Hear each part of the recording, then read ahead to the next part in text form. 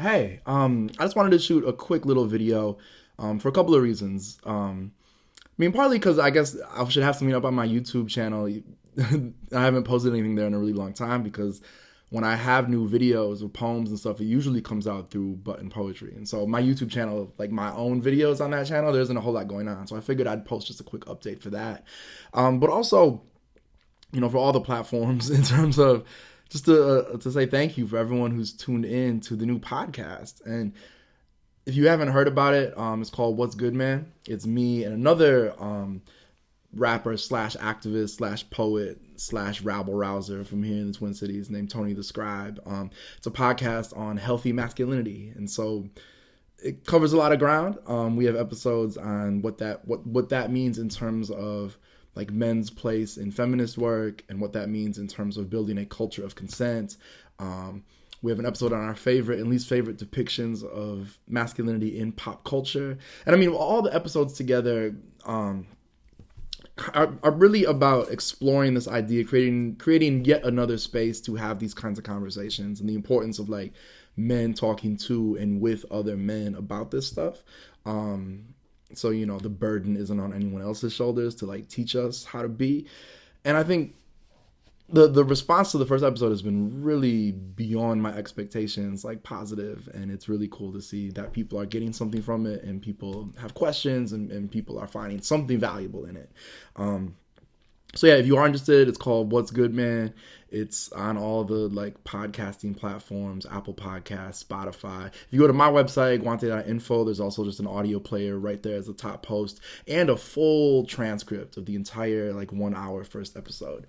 We'll be releasing episodes every 2 weeks. And actually the next one that's coming out is my personal favorite. It's the pop culture one. We talk about Avatar: The Last Airbender for like half an hour. So it's really cool. We also just had our first live recording the other night. Part of the reason that this podcast even exists is like, I think the podcast itself can hopefully be a resource for people. But, I think a lot of people don't really listen to a lot of podcasts.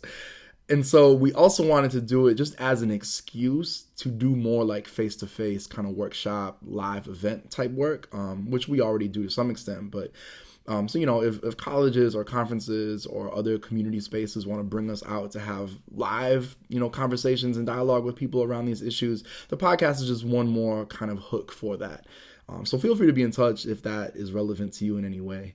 But yeah, the first live event went really, really, really well. It was at the University of Minnesota, co-sponsored by the Women's Center, by the Asian Pacific American Resource Center, APARC, by the Aurora Center, and Fraternity Sorority Life, Office of Fraternity Sorority Life, and the Martin Luther King Jr. program. So a really cool group of co-sponsors came together to put this on, which I think speaks to the idea that these issues of masculinity and how young men are brought up to understand certain things about their masculinity and how harmful it can sometimes be is relevant to like a bunch of different communities in a bunch of different ways.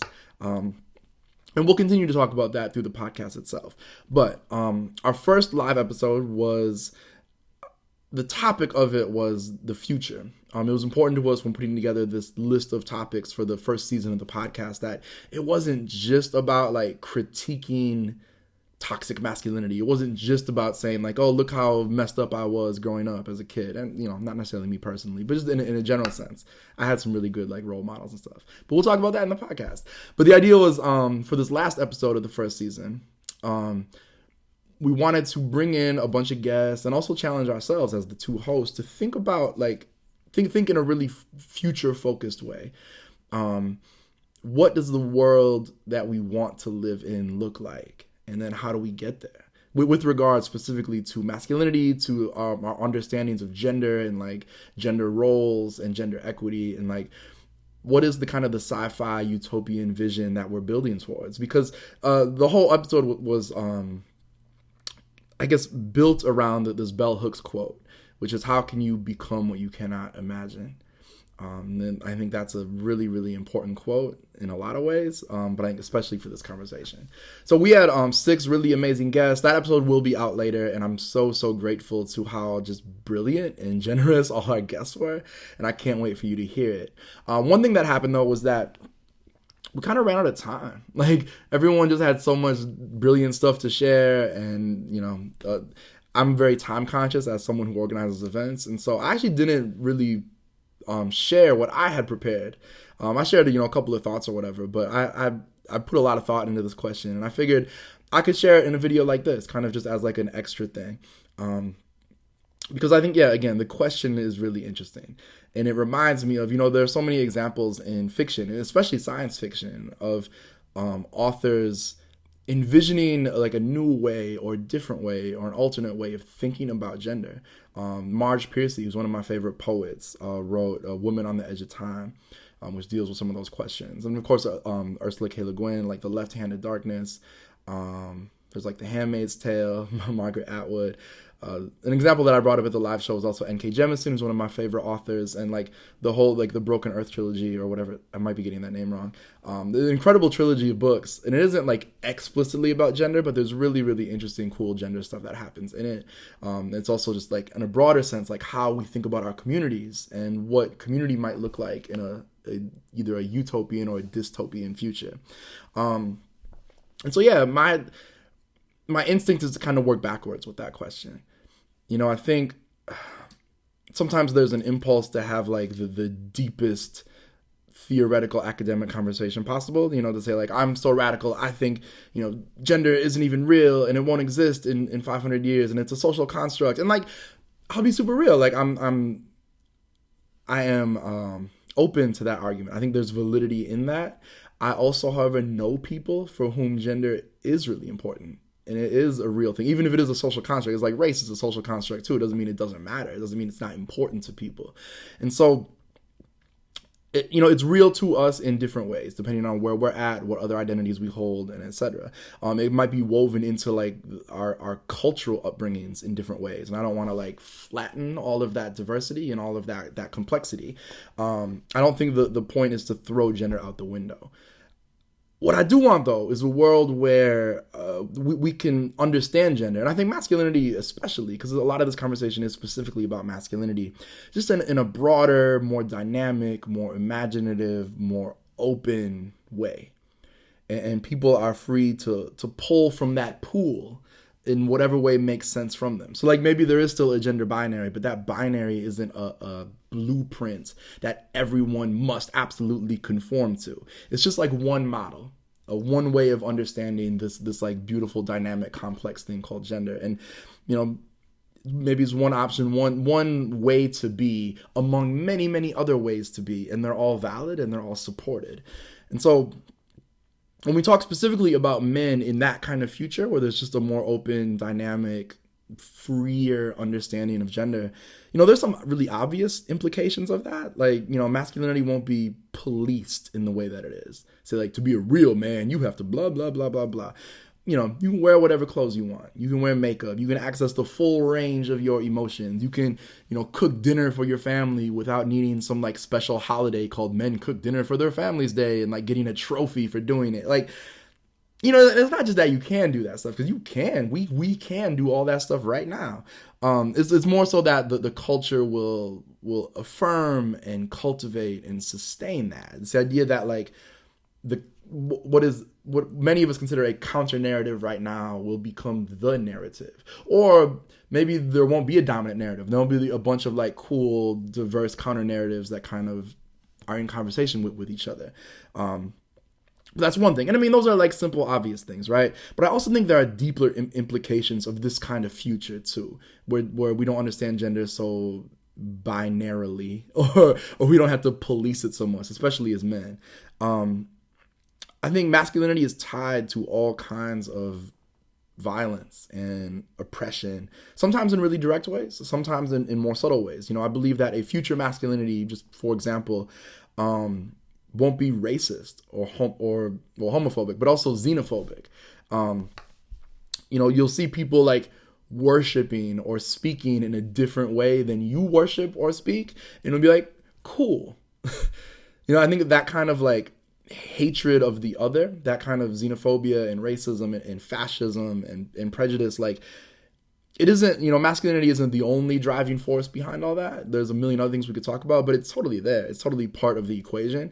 And I think a world where men aren't so obsessed with like having to figure out other people's stuff or having to control how other people express themselves, I think that will immediately have an impact on all these other issues too, all these other types of oppression. And of course, it doesn't mean that only men are ever racist or xenophobic, obviously, but the stuff is connected. There's an element of dominant masculinity that says you are the protagonist, you are special, but you are also normal. This is weird balance of like, you are the most special, beautiful, incredible person in the world and everyone should listen to what you have to say, with also like, you are completely default, normal, the one thing that makes sense in the world. And all these other people who are making all this noise about like their rights or their existences, they're all just weirdos and whiners. I think a future masculinity will be better to the planet because it will admit its mistakes, and work collaboratively with people of all gender identities to correct those mistakes. It will be less imperialistic because we will have other ways to define ourselves aside from what we can dominate and what we can control and what we have power over. I think this future masculinity will be less greedy. There won't be billionaires because people won't need to find their worth through the hoarding of wealth. It'll be less violent because it will have other outlets for frustration and insecurity and sadness and anger and grief and loneliness and all these things that like we all feel. But there just aren't always, or we feel or we tell ourselves that there aren't healthy outlets for it. And then it comes out in these other kinds of ways. And I think, all these different thoughts together shows that when we make progress on this question of, toxic masculinity, which is very much what the first episode is about. If you have certain, reactions to that phrase, check out the first episode. But when we make progress on that issue, we make progress toward racial justice and environmental justice and economic justice and peace and prosperity for everyone. Because all this stuff is related. And that's an easy thing to say, just kind of as a platitude or a thing that people just say. But I think this is one example where we can really see how these things are connected. And I think that fundamental truth of connection is one of the reasons that this podcast exists. Neither of us, the two co-hosts, myself and Tony, neither of us are only interested in masculinity. Like, even if you know our work or the music we make or the poems that we've written, like, they're about a bunch of different things. We both work and have worked on a bunch of different issues, but we've also seen firsthand how this particular vision of masculinity affects those issues and how it ties into so many of the problems we face in movement spaces and educational spaces and just as people in our communities. And so I guess, the question is, there's this beautiful kind of utopian vision, which I don't think is too utopian. I don't think it's too unrealistic either. I think it's something that exists in certain spaces right now. People are building toward it. Like it's very, very real and possible and doable. But working backwards again, like, how do we get there? How does that counter narrative that does exist now and is being built now, how does that become the narrative? What has to happen in, this 50-year or even this like 5-year time frame? Because especially in terms of environmental justice, like there should be a sense of urgency, right? But I think this question of like, what do we have to do? How do we make it real? There are a lot of different answers to it, but I will highlight 3 thoughts. And if you read any of my zines or whatever, this is one of the ways that my brain works is to look at big social problems in terms of different levels of like individual stuff that we can do as just one specific individual person, interpersonal stuff we can do with like the people in our lives, our families, our friends, our peer groups, our social media, whatever, and then also institutional stuff. So how do we change the structure of our society in a way where that other kind of work doesn't even have to happen anymore because it's part of the structure? This will all make more sense in a second. So like as individuals, how do we get to that world? I think, I can only speak for men. I'm not going to tell anyone else how to do this work. But for men, I think it's about self-work. It's about critical reflection. It's about, if we want to be part of the solution rather than part of the problem, we really have to stop and breathe and think about this stuff and have more conversations and read more. And not just random weirdos on the internet like me, but like read books, read bell hooks, right? Like read Roxane Gay, read Chanel Miller's book that just came out. Like there's all these different resources that I think have so much to teach us. And like this work can't only happen at an individual level. It can't just be about reading books and engaging in critical self-reflection and stuff and like staring out the window and thinking. But that's part of it. Like the other stuff I don't think happens without that. So that's like on one level. I think on an interpersonal level, like we need more spaces for dialogue, more conversation. You know, that's what the podcast is all about. Just yet another space for men to talk to other men about this stuff. More like down to earth, consciousness raising spaces, whether that looks like a book club or a conversation circle. Sometimes there are like formal organizations, like if you're a high schooler or a college student, some schools have like men's groups where men get together and talk about what's going through their heads and stuff. And I think that's beautiful. Even, some of that stuff can happen online too. Like making, like the internet doesn't have to be terrible, if we can use it to connect and have more conversations, that's cool. But yeah, just more conversation, more critical thinking. And I think specifically for men, more listening, which I know I'm just talking for 15 minutes, but in a general sense, like more listening, is really important.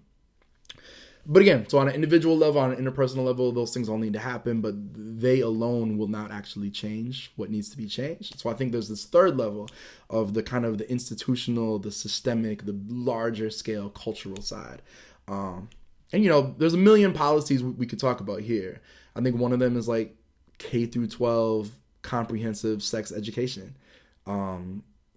K through 12 consent education, so that we're not having conversations about consent with young men who are like 18, in their first year in college. But that stuff is built into, say, health class throughout one's career as a student. I think that's one really important thing. We need more, I think, organizations. That's always a tricky thing. More organizations, or just like more spaces for men to plug into existing organizations. And to support those organizations, through donations and through signal boosting and stuff like that. I think more trainings and workshops and podcasts and art and policy change, like all these things are connected. And I think they all have to happen simultaneously. The individual stuff, the interpersonal stuff, and then the larger scale stuff. It isn't one thing, like it's all the things. But I think the thing is that all the things are very doable. The future that we're envisioning in that last episode that'll come out in a little while, we can actually get there. We have to work together and we have to be strategic, but we can get there. And all the work I've done over the last 10 years, working with, men and young men all around the country in different spaces, all that work tells me that we can get there and that we will get there. It doesn't mean that it's inevitable. I don't think anything is inevitable, but it means that if we want it, we can put in the work and we can build that like beautiful world where we understand gender and sexuality and also, all the other identities that people hold in just more expansive ways, where people are free to just be who they are, whatever gender identity they hold, to be their full authentic selves and be validated by their community and by the culture. Yeah, it's all doable.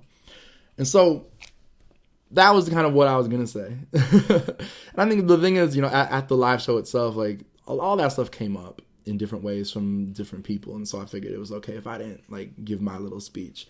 But, there it is for you if you're interested. It's also just a good excuse to shout out and promote the podcast if you haven't heard about it yet. And look, I'll be the first person to say, like, telling people that I have a podcast, like it's like telling people I did a TED Talk, like it's really cool. And like, I know that the thing is good, but it's like, it's just kind of corny. And there's no offense to anyone else who does podcasts. It's just that there's so many of them. And like to start a new one, it's like running for president, like it's throwing your hat into the primary when there's 300 other people already running for president. And so there's a little bit of that going on. At the same time though, like I know that we put a ton of thought into this, and we've had a ton of really good people around us of varying gender identities to give some guidance on it. And I know that the actual product is really good. I also know that, it's just important to have more of these spaces. We're not the only space talking about this stuff. We're not the only podcast even about these issues, but I think we bring our own particularly, we're both rappers, we're both artists, we're both organizers, and like all those different lenses bring something different to this conversation. And so again, it's called What's Good Man. It's wgmpod.com, which really just takes you to my website, which has, the transcript and the audio link. But it's also, if you want to subscribe on Spotify, Apple Podcasts, whatever platform you use, that's really great. If you want to leave a review, that's really great. If you want to share it, like you had a quote that stuck out to you and you want to share that quote, that makes all the difference. These things really only spread through word of mouth. And yeah, I just really appreciate everyone who's already listened and downloaded it or, made a comment or whatever. It's really cool to see. And I can't wait to share the rest of this season. There's some really cool stuff coming up. So thanks again.